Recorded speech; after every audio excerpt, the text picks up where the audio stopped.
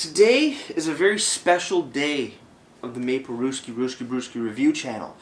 Being that, not this particular day where it's uploaded, but in filming, is that I am also streaming on Twitch, some Escape from Tarkov, Maple Rooski on Twitch as well, and we're shooting this review also live over Twitch, which has never been done before here on the Maple Rooski channel. So really cool, very special, very exclusive to the people that come and watch me on Twitch. I don't know if I'll do this all the time, probably not, but every once in a while you might get a live view of the Rooski at work, unedited, so you'll see all my fuck ups. Anywho, we got another Belgian beer today, not as big as the other one, a few percent lower, but still a boozy beer.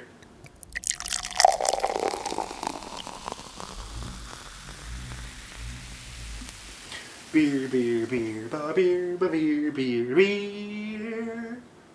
Hello everybody, welcome back to me, Maple Rooski, for another Rooski review. And today the beer that I have for you guys, and also, hello Twitch, how's it going? Get to see this first time ever. The beer that I have for you guys today is from the, Van Steenberge Brewery out in Belgium. We have their Augustijn Blonde. Boom. Augustijn Blonde Belgian beer, coming in at 7.5%. Nope, just 7% alcohols by volume. Dark looking can. You have a Belgian monk on the front, sort of a stained glass look. Looks like he's mixing up the mash, which is really cool. Any IBUs according to Untappd? No IBUs on the can, or sorry, on the bottle. No IBUs on the website. Anybody watching Twitch right now, IBUs is International Bitterness Units, ABV, alcohol by volume. So yeah, let's get into it. 50 BMG bottle opener, because I'm fancy. Oh, shit. Yep. Saw that coming. Okay, let's slow it down. Cool. Sometimes that happens. Let's go, let's clean up. I'm going to pour a little slower because of all of that extra CO2 due to re-fermentation. I'm going to pour about that much, about half the bottle there. Looking at the beer, it is a beautiful, very light amber color, or most dirty blonde. To me, it's a bit more orange, a bit more ginger in color rather than blonde. But, hey, we'll let it slide for now. Nice little bit of a light off-white head on top. A little bit of haze, not too much, fairly clear though. Let's dive in on that nose. On the nose, ooh. Ooh, like honey-covered white grape. Little bit of like baking spice. Some darker fruit notes, like like white raisins. Yeah, white raisins. Honey-covered green grapes. Baking spice. Toffee. Light toffee, not dark toffee. A little bit of figginess going on. It smells fairly sweet. I'm pretty excited. Not boozy like the Golden Drak. Much more smooth. Let's dive in.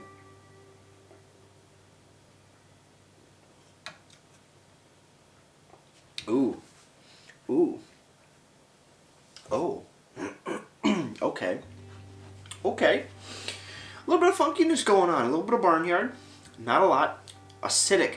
Kind of reminds me of a little bit of like a Brett character. Brettanomyces.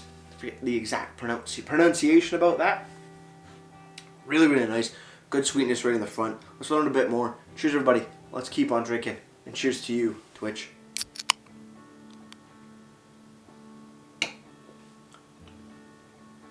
Honeycrisp apple, not green apple. Again, white grapes. green grapes, white raisin sweetness, a little bit of caramel, losing the toffee on the flavor, but tremendous. Nice solid sweetness right in the beginning, but it comes up a little bit of that barnyard horse blanket, just a slight little touch, a little bit of like a tart Brett kind of character. High effervescence, nice light to moderate weighted beer. Damn, that is good. That is an amazing aroma. Solid flavored as well. Nothing offensive. Nice sweet and tart. Little wild, little funk. Pretty damn good. Let's see what the bottle has to say. Augustijn Blonde from Van Steenberge Brewery. 7% alcohol by volume, no listed IBUs. We have a description in English. We do authentic blonde, high fermented monastery beer, enhanced by re-fermentation. You saw that re-fermentation happen. 3 different varieties of yeast ensure outstanding flavor with a fruity touch. That indeed it is. Ingredients, we have sugar, rice, hops, and yeast. What? Oh, water, barley malt, sugar, rice. Very interesting. Hops and yeast. The rice, I wonder, many different ways you can use rice. I know at Kensington we use sometimes the like toasted rice, or some breweries also use rice hulls. Hulls don't really add anything to the beer. The rice hulls are meant to just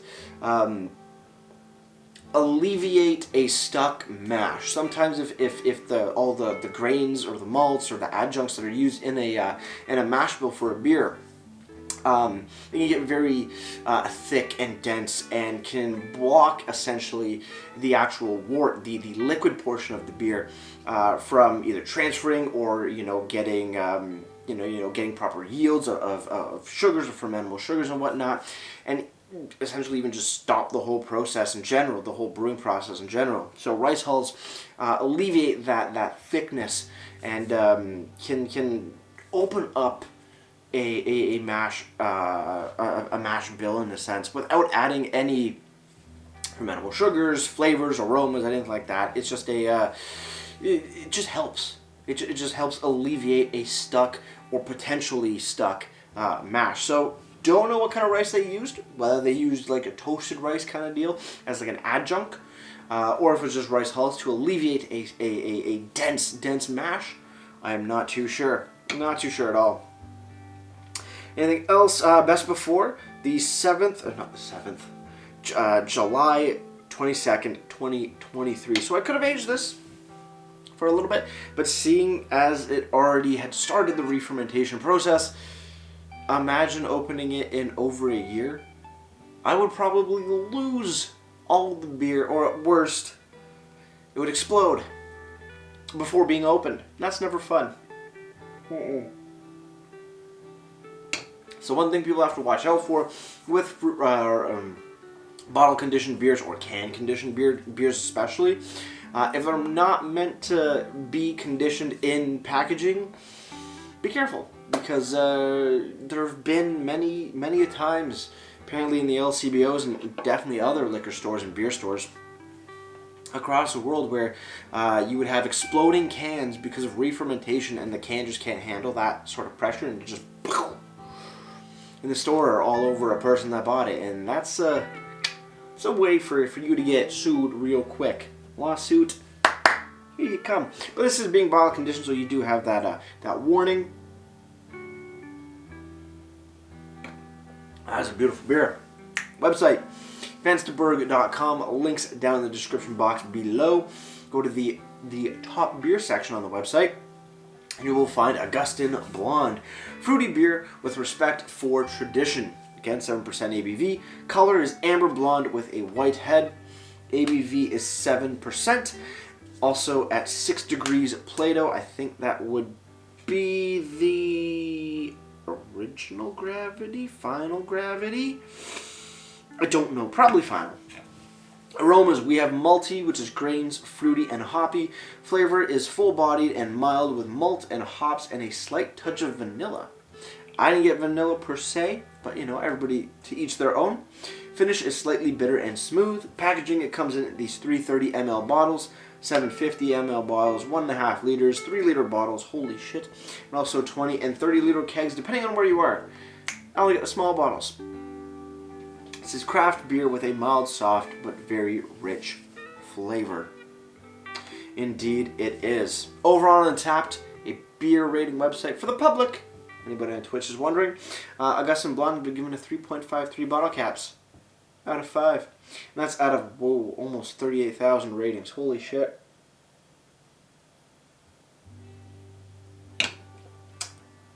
It's damn good. It is really good. It is a solid Belgian beer. Belgian beers can definitely be a lot more, like a lot sweeter than beers you would find here in North America, unless I guess you're looking at like barley wine kind of territory. But yeah, no, Belgian beers definitely have a much more delicate and syrupy sweetness without being syrupy in the mouthfeel, which is kind of cool. But this blonde right here isn't overly sweet. It does have that tart, somewhat bitter, acidic even offset to balance out that sweetness and not just blow your palate out with sweet sugary goodness. But it's wow, it's treat. And even with that re-fermentation in bottle, that bottle conditioning, when I poured it, I did pour it a bit slower, but it did not get a massive head and still retained a lot of aroma, a great deal of flavor, and a solid bit of effervescence or carbonation, however you want to say it. Either way, it is damn good. Shooting the final sip. Well, let's get ready to ratings and wrap it up.